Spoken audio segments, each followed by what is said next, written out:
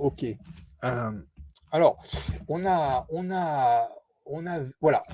Alors, la question qui revient le plus, c'est ce côté pour des personnes qui s'estiment en âme encore jeune, niveau 2, niveau 3 ou un 3 qui est en train de monter sur le 4, et qui culpabilisent de ça. Enfin, il y a une espèce de ressenti. Bon, alors, une bonne fois pour toutes, une âme enfant, une âme jeune, une âme nouveau-né n'est absolument pas un handicap et elle n'est pas inférieure à une âme, une vieille âme. Euh, il faut vraiment voir ça en effet miroir par rapport à la vie physique. Est-ce qu'un bébé ou un enfant de 5 ans est inférieur à une vieille personne qui est sage? Aucunement. Chacun est utile. Euh, mais on n'a pas tous le même rôle. On n'a pas tous le même rôle. Donc, la différence, c'est que si vous vous estimez au niveau 3, donc une âme encore très matérialiste et qui est sur le spirituel assez bloqué encore, qui n'a pas encore ouvert tout le truc. Spirituel, c'est au sens large, hein, ouvert toutes les possibilités. Bien, vous savez qu'il y a une progression possible. Donc, l'important, c'est de savoir. Alors, moi, je vais vous donner un exemple pour dans la vie de tous les jours. J'avais une de mes filles qui avait peur d'un monstre imaginaire. Donc, on a une âme jeune. Une âme jeune vit beaucoup vis-à-vis de ses peurs. Hein. On le voit. Ils ont la prise sur les âmes jeunes parce qu'elles vivent beaucoup vis-à-vis de leurs peurs et les peurs qu'on leur inculque. Donc, mais des fois, ils s'en créent eux-mêmes. Donc, un enfant se crée des monstres. Alors, moi, si vous voulez, aux histoires de monstres, j'ai souscrit dans le sens où je ne me suis pas opposé aux monstres. J'ai voulu avoir la description des monstres. Donc, une description, voilà, un jour il est comme ça, un jour il est comme ça. Et j'ai demandé où c'est qu'elle le voyait, où c'est qu'elle croyait l'avoir vu. Donc, moi, j'ai joué le jeu, si vous voulez. J'ai accompagné cette chose et j'ai regardé sous le lit, j'ai regardé, etc., etc. Donc, je suis devenu expert en monstres. Hein. J'ai joué le jeu du papa qui pouvait croire à ça et qui devenait expert en monstres. Tant et si bien qu'en ayant pris ça en considération, le jour où j'ai dit qu'il n'y a pas de monstre et qu'il n'y en aura plus jamais, c'était terminé. Vous voyez, elle a plus jamais parlé de monstres. Et c'est ça qui est important par rapport aux âmes que vous estimez plus jeunes, moins matures, c'est de jouer ce rôle pédagogue et de ne pas rejeter ce qu'ils amènent, c'est-à-dire toute leur peur, etc., de la tempérer. C'est-à-dire, quand il y a ce narratif, j'ai eu 5 personnes qui étaient là-dedans et qui sont un peu redescendues, et mon discours n'a pas été de dire, attention, on est tous manipulés, machin, on l'est, mais c'est à eux de le penser, faut les amener sur ce chemin. Donc, ce que j'ai fait, c'est que j'ai fait décrire les dernières années, et ils ont décrit, je dis, alors voilà, on nous a promis ça, est-ce que c'est arrivé? Non, mais ça aurait pu. Et on nous a promis ça, est-ce que c'est arrivé? Oui, mais non. Et à chaque fois, si vous voulez, le constat de ce qui est arrivé par rapport à ce qui était promis était 2-3 crans en dessous. Bon, et bien, quand vous avez 2-3 crans en dessous sur plein de trucs et qui se sont succédés ces dernières années, la question que vous avez à leur poser, c'est est-ce que vous pensez que tout ça, c'est des erreurs? Est-ce que vous pensez que on peut se tromper autant sur tant de choses et que malgré tout, elles ont toutes je dirais un axe, c'est la peur. Donc, vous les laissez avec ça, et après les gens vous posent des questions et ça vient comme ça. Mais c'est un peu l'histoire du monstre. Ils ont peur d'un monstre imaginaire et faut dire que oui, on peut y croire, on peut avoir peur en ça, et il faut le démonter par les faits. C'est sûr que quand le Covid arrive et qu'on n'a pas l'antériorité, on peut pas savoir ce qu'il va donner. Donc là maintenant il y a tout ce narratif. Donc maintenant vous êtes dans un fauteuil. Hein. Il y a tout ce vécu. Voilà. Deuxième chose, il y a des gens qui n'arrivent pas à se déterminer sur leur niveau d'âme. Et alors là, il y a quelque chose que moi je ne peux pas faire, mais qui va passer par un astrologue. C'est-à-dire que il faut faire absolument son thème astral. Pourquoi?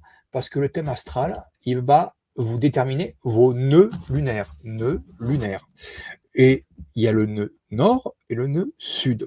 Ça, c'est dans chaque thème astral. Alors, c'est selon la date de naissance, le lieu de naissance, etc. Et ça, seul un astrologue peut le faire. Je conseille à tout le monde d'ailleurs de faire un thème astral. Et avec le nœud lunaire, vous avez quoi?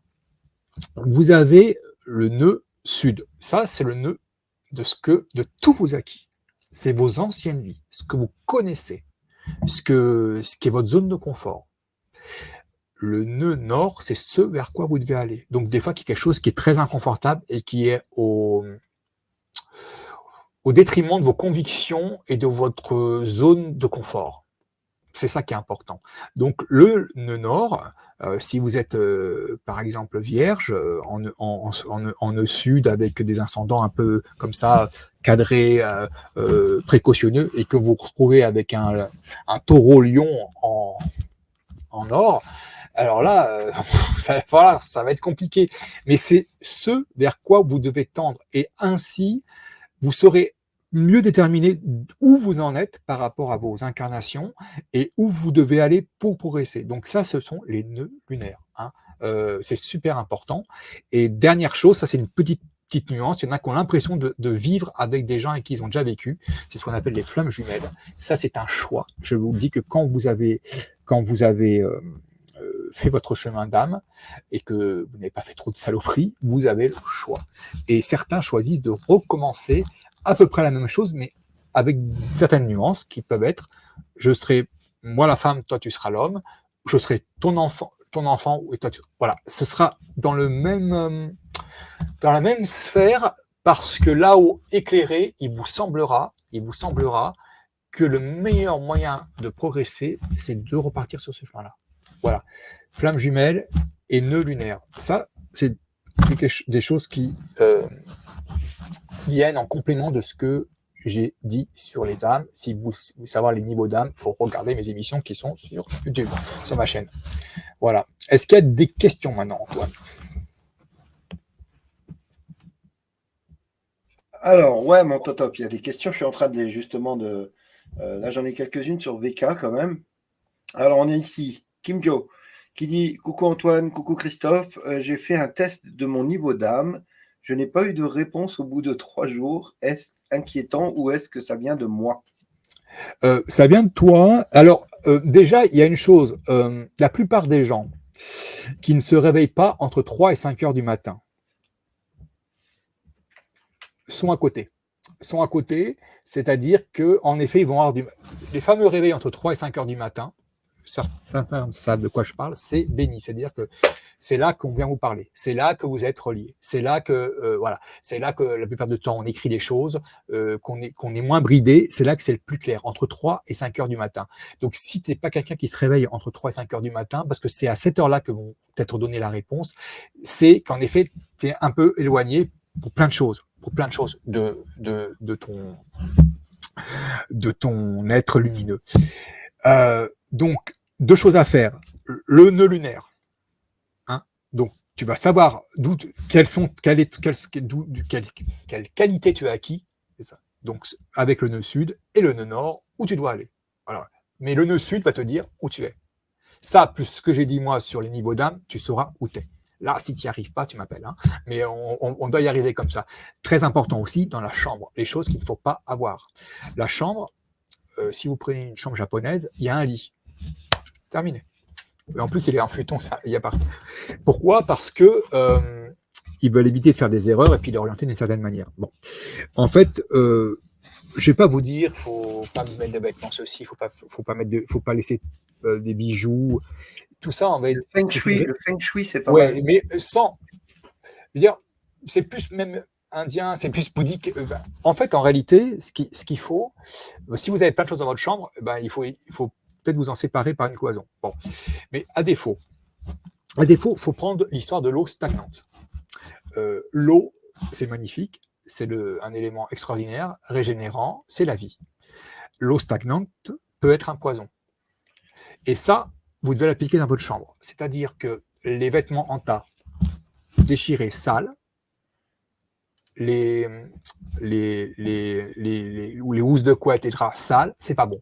Voyez, il faut que les choses soient plutôt assez ordonnées en réalité, assez propres, pour libérer certaines choses. Alors ça, il y a plein de vidéos là-dessus.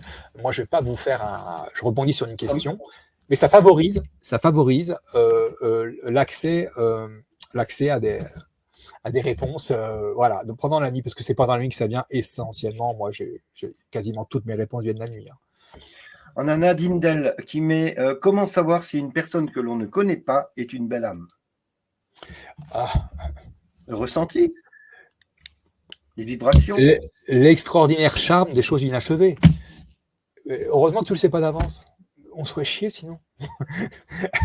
Tu vas devoir découvrir. Imagine à chaque fois, tu auras un ressenti sur chaque personne et tu ne te tromperais jamais. Quelle horreur. Quel monde horrible. Il n'y a rien de mieux qu'incertitude. Il n'y a rien de mieux que aller pousser une porte que tu ne connais pas. C'est comme ça que tu vas progresser. Combien de fois ça vous est arrivé, vous qui aidez les gens, je sais qu'il y en a plein qui aident les gens, d'aider des gens et dès le début, vous sentez que ça pue, que cette personne, finalement, ne mérite pas votre aide. Mais vous allez aller au bout. Parce que c'est comme ça. Parce que, pour vous, une gifle n'est pas une gifle. C'est une leçon, c'est une expérience inaboutie qui va vous servir pour la suite. Donc, quel monde terrible. C'est le monde qu'ils veulent pour nous, où tout est certain. C'est un monde que je ne souhaite à personne, c'est un monde de dépressif. Ça, hein, voilà. Ça. On a Catherine Fontaine, tiens, ma grand-mère s'appelait Fontaine. Catherine, je la connais. On a peut-être de la famille en commun, parce que du côté de ma maman, ma grand-mère s'appelait Fontaine. Tiens. Alors, pour Christophe, j'imagine que l'on ne peut pas connaître le nombre d'incarnations. Alors, Catherine, comme tu ne peux pas être du niveau 1, du niveau A, nouveau-né, il n'y en a aucun, l'alliance humaine, c'est impossible, parce que déjà, tous ceux-là sont vaccinés. C'est clair, hein, c'est un véritable petit troupeau. Donc, tu as au moins 5 incarnations, parce que le niveau 1, c'est 5 incarnations. OK ? Donc, après, il y a des gens qui sont passés d'un niveau 3 à un niveau... mais je dirais que, est-ce que c'est important de savoir combien là, c'est de passer encore. L'important, c'est de te dire que ce que tu es, ce que tu ressens depuis que tu es toute petite, voilà ce que c'est. Voilà quelles sont tes aspirations profondes, voilà tes croyances profondes. Et vraiment, depuis que tu es toute petite, je veux dire, avant l'âge de 7 ans, quelles étaient tes croyances, et après 35 ans. Parce qu'entre les deux, on n'est pas dans son chemin. C'est quasiment impossible. Tu fais un mix de ça, et tu dis, voilà, moi... Est-ce que quand je vois quelqu'un, je veux l'aider? Est-ce que je veux l'aider sans aucun intérêt, sans penser ce que je peux avoir en retour, etc., etc. Les questions, il faut se les poser. Et donne-toi les réponses honnêtes.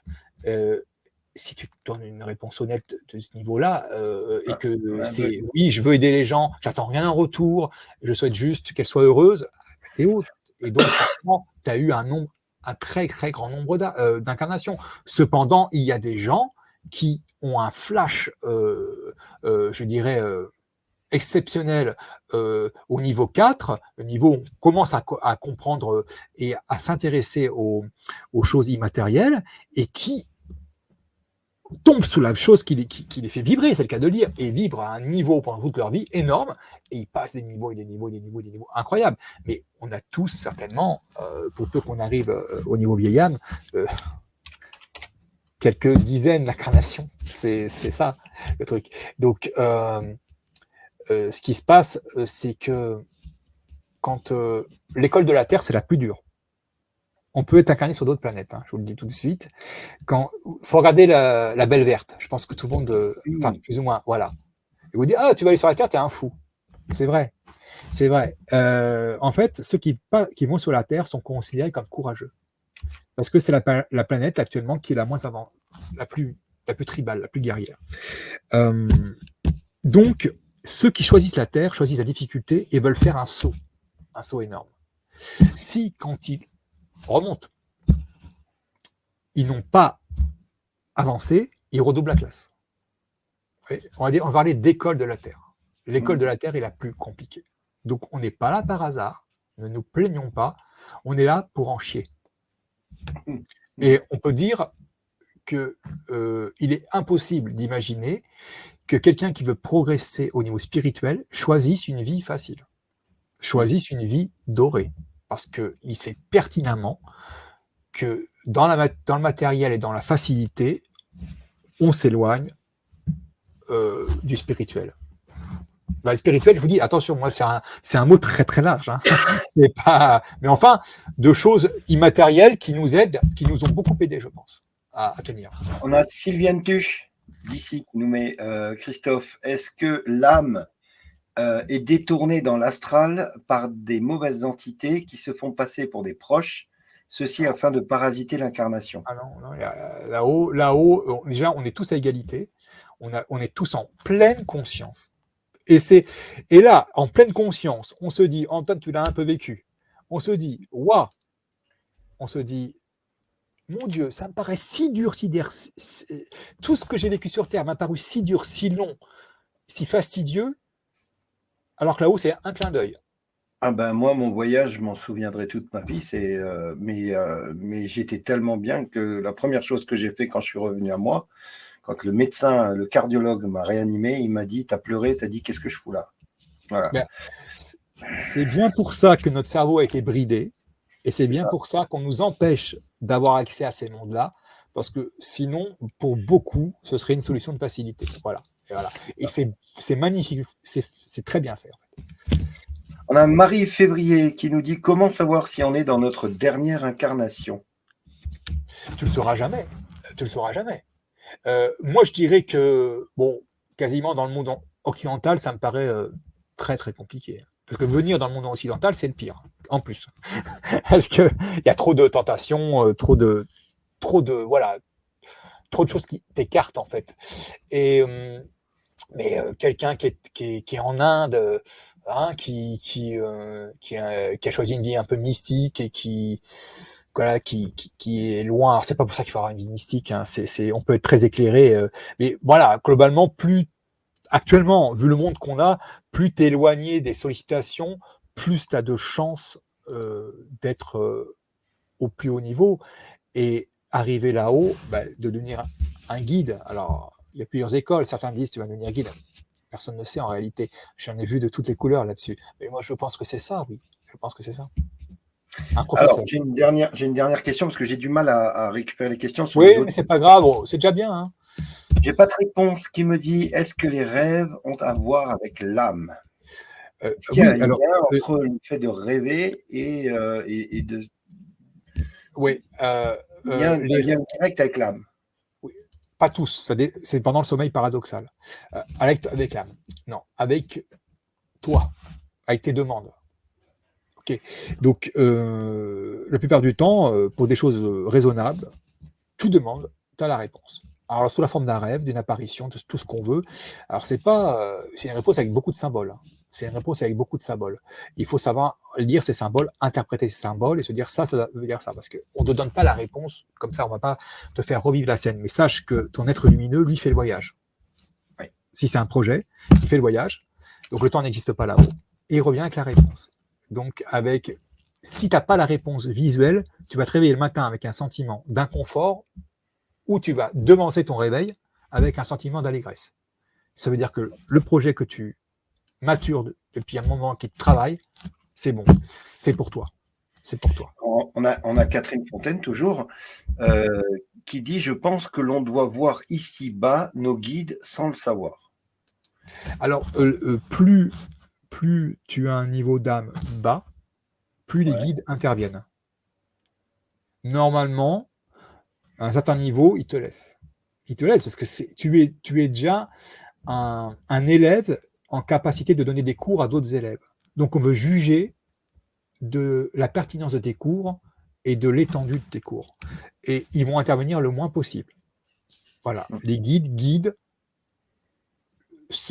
les âmes nouveau-nés et les âmes enfants, essentiellement, de manière.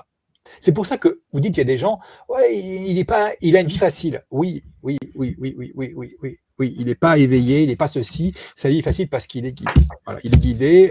Il est guidé. Voilà. Il est guidé. Donc, je vous dis, non, les vieilles âmes doivent se débrouiller toutes seules. Ah oui, C'est ça. Alors, une dernière de Sylviane Touche. Oui, je te kiffe, Sylviane. Oui, je te kiffe. Alors, j'y répondrai en partie si tu le veux, parce que je l'ai vécu. Donc, est-il bon de suivre le tunnel de lumière ou bien la source de lumière et d'aller jusqu'au bout sans s'arrêter en chemin? Alors, moi, la façon dont je l'ai vécu, parce que je l'ai vécu, je peux en causer. Alors, c'est pas un tunnel de lumière, c'est une source lumineuse, chaleureuse, et tu ne vas pas vers elle. Enfin, en tout cas, c'est comme ça que je l'ai vécu. Je ne vais pas vers elle, c'est elle qui venait vers moi. Donc, et c'est elle qui décide de s'arrêter ou pas, c'est même pas toi, en réalité. Donc, moi, pour ma part, c'est arrivé vers moi, ça s'est arrêté, ça m'a fait comprendre que j'avais rien à foutre là, et ensuite, après, je suis reparti. Mais c'est mon vécu.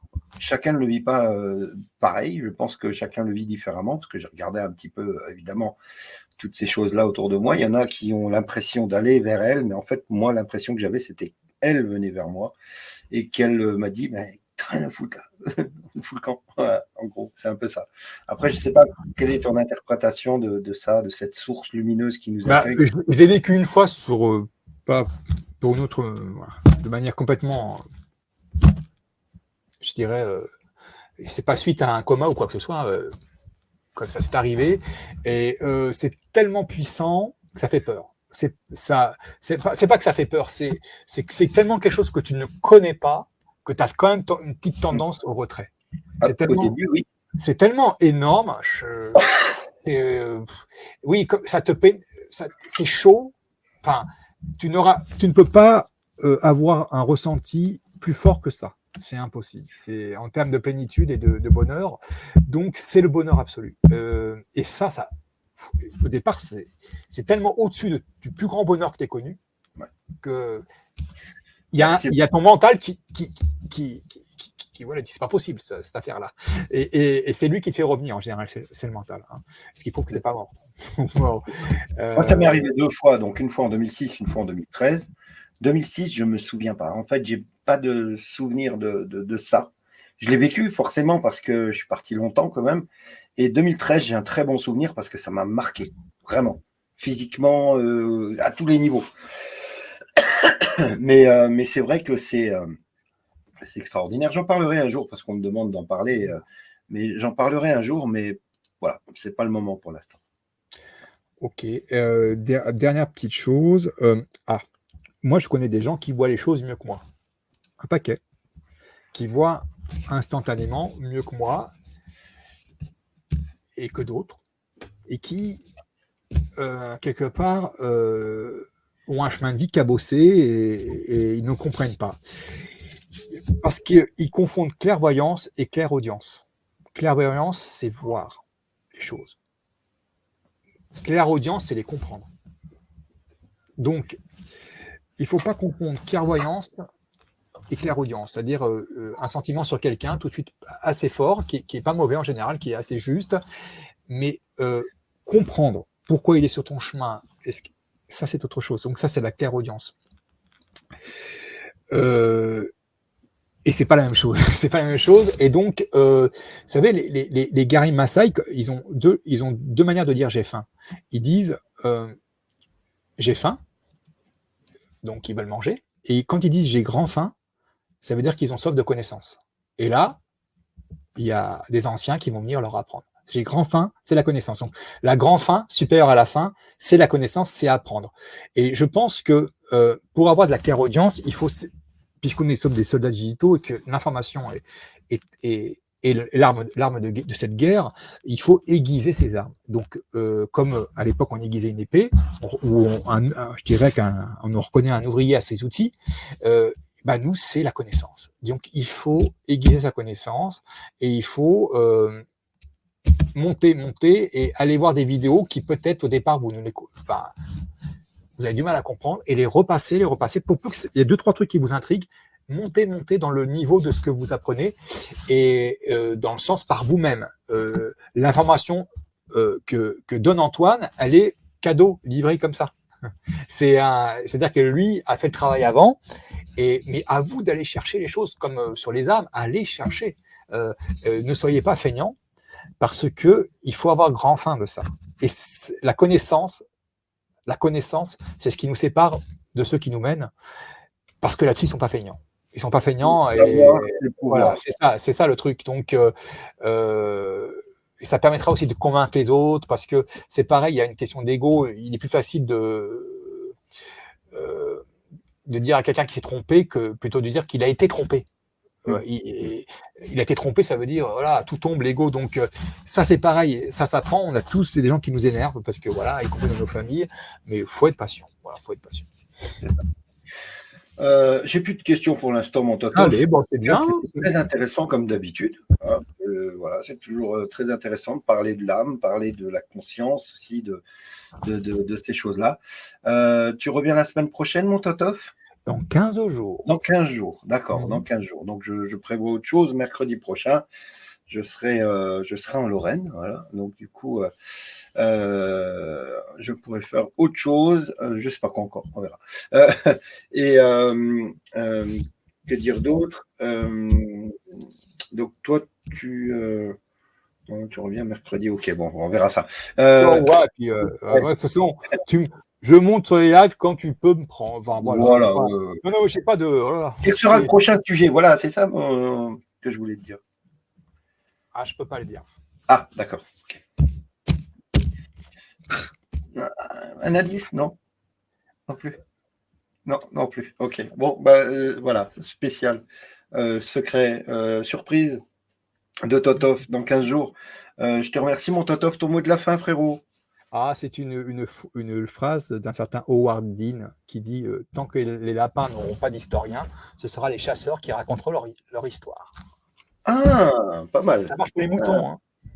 Oui, ça marche pour nous aussi. Ça marche pour nous aussi. Je te remercie, mon Totof. Je te souhaite une bonne fin de soirée, un bon week-end parce que je ne serai pas là vendredi. Et puis, on se revoit lundi prochain pour ma part.